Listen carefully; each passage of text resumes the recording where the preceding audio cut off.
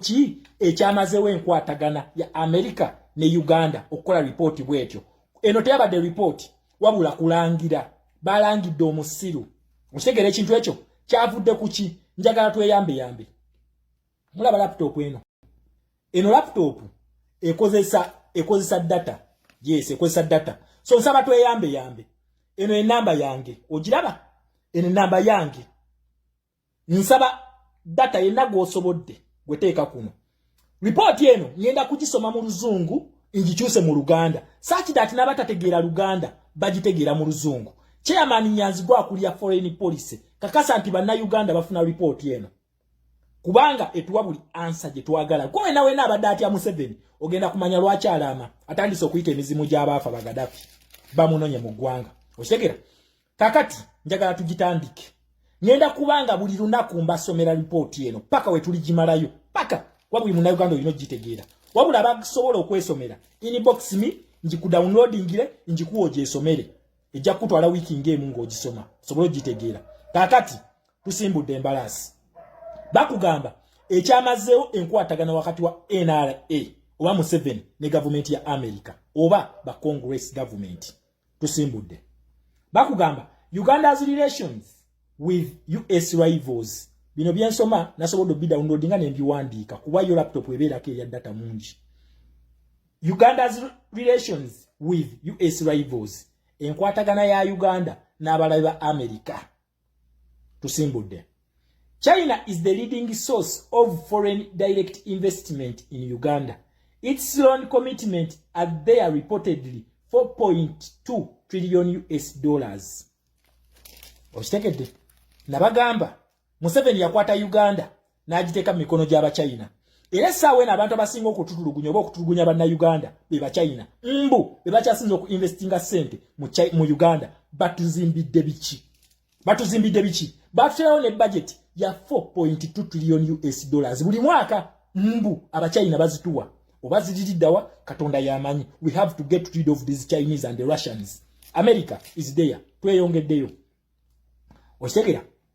Among other projects, China Exim Bank enhanced $200 million US expansion of Entebbe Airport and recently completed $1.7 billion US Kaluma Dam, the largest power generating installation, enhancing from China Exim Bank.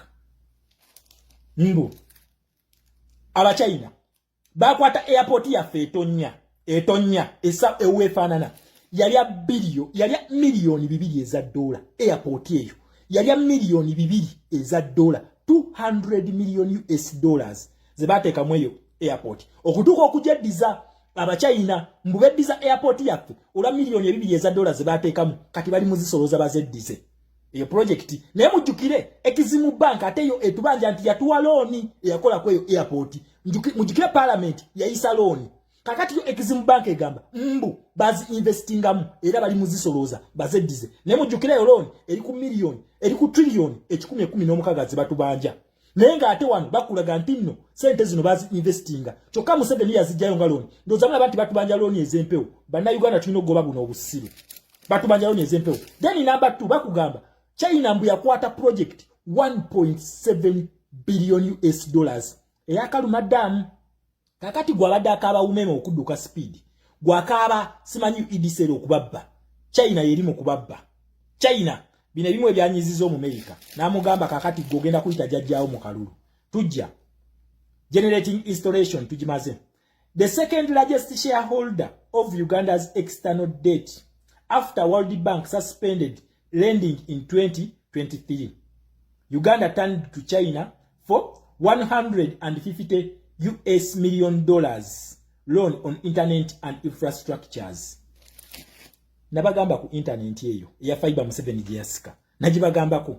World Bank wemala okugoba Museveni mu 2023 ne mugoba obutegenda muwa loan. Museveni yagenda mu China mbunajayo milioni 15 eza dola 15 mbo okusobola okuleta internet mu Uganda awo. Ene ya fiber gye basika then tumale aba America balete Starlink Museveni mbwalina sente ziyajjayo mu internet eya Uganda ndozo bagenda gikosa kikatonda yamanyi bino bya America si byange bwe muna Uganda nze nkusomera obitegeere. Then Uganda turned to China for 150 million US dollars au mazeo. The extent of China's involvement in Uganda's economy has spurred US concerns as China support expanding Uganda's digital surveillance capacity. China's Hawaii has provided surveillance equipment. China's Hawaii has provided surveillance equipment for Kampala, including cameras with facial recognition technology, and has been named in Ugandan efforts to intercept communication of government critics. Ayabas. His Excellency Kyagulanyi simu yo baji hackinga. Obijjukira. China okimanyi erimu ebyebintu yekozesa kampani yayo gyebakozesa Hawaii yekozesa. Okitegera ekintu ekyo. Owewi ye yakwata esimu yo yekozesa surveillance ne batandika okutrackinga kamera zammwe n'amasimu. Kamera ziri ku kitebe neziri makago ba China bebaziteekawo. Kamera zino esika face y'omuntu n'amaloboozi bye mwogera zibisika kamera ezo. Kitegeeza namwe mwino okubeera network esingako oba software asobola bika counter attacking company eno yaba China. Oshegere ekintu ekyo yakola ku kamera ezo ziri mu Uganda eziri mu kutwakinga president waffe. N'amasimu gammwe China yega hackinga ngewa Museveni obubaka. China yebikola. Ono mu America bibyamunyiziza tukyagenda muna report. Museveni a vocal donor conditionality as he praises China non-interference foreign policy approach. Nabasomesa nebagamba nti ba dictator bano ekibagaza America ekibagaza aba China bano n'aba Russia bote bafaayo oba akutta bokasta baba nti ba fulfillinga interest zaabwe. Oshitegera naye mu America yakugamba nti se otojja kutta bantu ngoli mu policy yange. Kati baba kugamba nti Museveni acriticizing policies zaabwe eziliko conditions. For example tumugamba make democracy and human rights a precondition for your support with Uganda or relationship with Uganda. Ne China yote faayo ne Russia tefaayo yensonga lwaki Russia ne China balumye n'ogwa waggulu mu kutulugunyizibwa kwaffe tweyongeddeyo ebadde China tuzze ku Russia. Uganda's relationship have ebbed over past decades. President Museveni landed Russia's during 2022 visit by Russian Foreign Minister, and NRM signed a cooperation agreement with Russia ruling party. Mwame mutumanyidde. NRM ya signing agreement, cooperation agreement wakati wa NRM ya Uganda ne Russian party ekibiina ekifuga Russia basayininga endagaano ne NRM yeremeze mu buyinza nga bali bebafandinga. Ye cooperation yaliwo wakati wa Russia ne NRM. Bino si wakati wa Museveni, wabula wakati wa NRM, the political party ne Russia ekibiina ekifuga. Bano batumanyira aba Russia. Kati ere badde China tuli ku Russia.